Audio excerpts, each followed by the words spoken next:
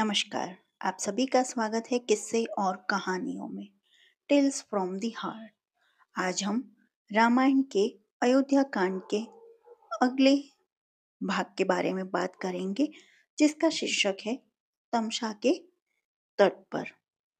आगे हमने देखा अयोध्या वासी रथ के पीछे पीछे श्री राम के पीछे पीछे भागते हैं।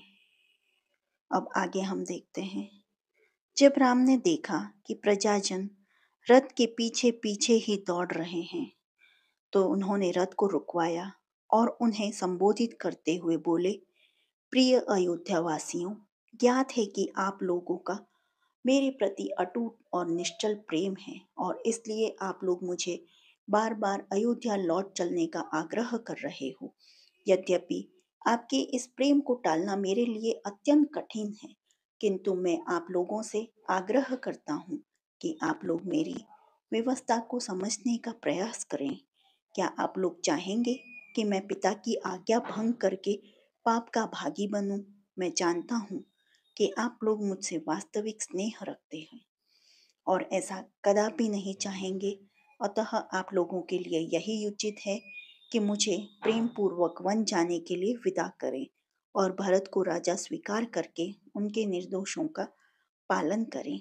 और भी अनेक प्रकार से नगरवासियों को समझा बुझाकर राम ने सुमन से पुनः रथ को आगे बढ़ाने का अनुरोध किया।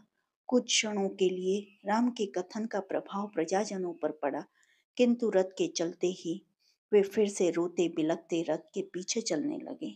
वे राम लक्ष्मण के प्रेम की डोर में इतना अधिक बंधे थे कि चाहकर भी राम के द्वारा दिए गए उपदेशों और निर्देशों को क्रियान्वित नहीं कर पा रहे थे।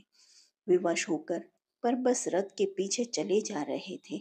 उनकी बुद्धि उन्हें रोक रही थी, किंतु हृदय उन्हें बलात् रथ के साथ घसीटे लिए जा रहा था। उनकी भावनाओं के आगे उनका विवेक कुछ भी काम नहीं कर पा रहा था।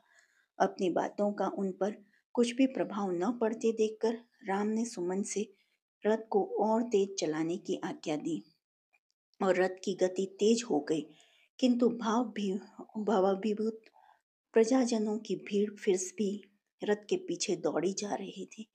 तमसा नदी के तट पर पहुंचते पहुंचते रथ के अश्व भी क्लांत हो चुके थे तथा उन्हें विश्राम की आवश्यकता थी। मंत्री सुमन ने रथ वहीं रोक दिया।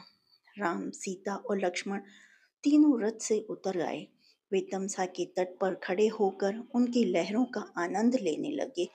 इतने में ही रोते बिलखते हुए सहस्त्रों अयोध्यावासी भी वहां आ पहुंचे, जो रथ की गति के साथ न चल पाने के कारण पीछे रह गए थे।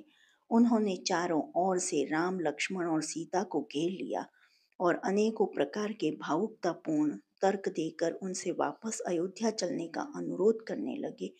रामचंद्र ने उन्हें अनेकों प्रकार से धैर्य बंधाया।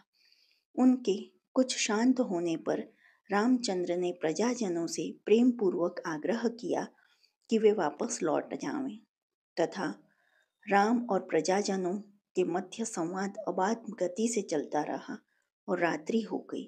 भूख, प्यास तथा लंबी यात्रा की थकान से आक्रांत अयोध्यावासी वहीं वन के वृक्षों के कंद मूल फल खाकर भूमि पर सो गए। जब ब्रह्म मुहूर्त में रामचंद्र की निद्रा टूटी, तो वे उन निद्रामग्न नगरवासियों की ओर देखकर लक्ष्मण से बोले, भैया, मुझसे इन प्रजाजनों का यह त्यागपूर्ण कष्ट देखा नहीं जा रहा है, इसलिए अब यही उचित है कि हम लोग चुपचाप यहाँ से निकल पड़े। अतः हे लक्ष्मण, तुम शीघ्र जाकर तत्काल रथ तैयार करवा लो, किंतु ध्यान रखना कि किसी प्रकार की आहट न हो, वरना ये जागकर फिर हमारे पीछे पीछे आने लगेंगे। राम के आदेशानुसार लक्ष्मण ने सुमन से आग्रह करके रथ को थोड़ी दूर पर एक निर्जन स्थान में खड़ा करवा दिया। पूर्ववासियों को आभास तक नहीं मिला कि कब वे रथ में सवार होकर तपोवन की ओर निकल गए। पूर्ववासियों के निद्रा भंग होने पर वे सब उन्हें ढूंढने लगे और रथ की लिक के पीछे पीछे बहुत दूर तक गए। आगे जाकर मार्ग कंकरीला और पथरीला हो गया, इसलिए रथ के लिक के चिन्ह दिखाई देना बंद हो गए। अनेकों प्रयत्न करने पर भी वे रथ के मार्ग का अनुसरण न कर सके तो निराश होकर वे विलाप करते हुए लौट पड़े। जो आपको अयोध्या कांड का यह वर्णन अच्छा लगा हो तो please like share and subscribe करें और कमेंट बॉक्स में जय श्री राम लिखें। देखने के लिए धन्यवाद। जय हिंद, जय भारत।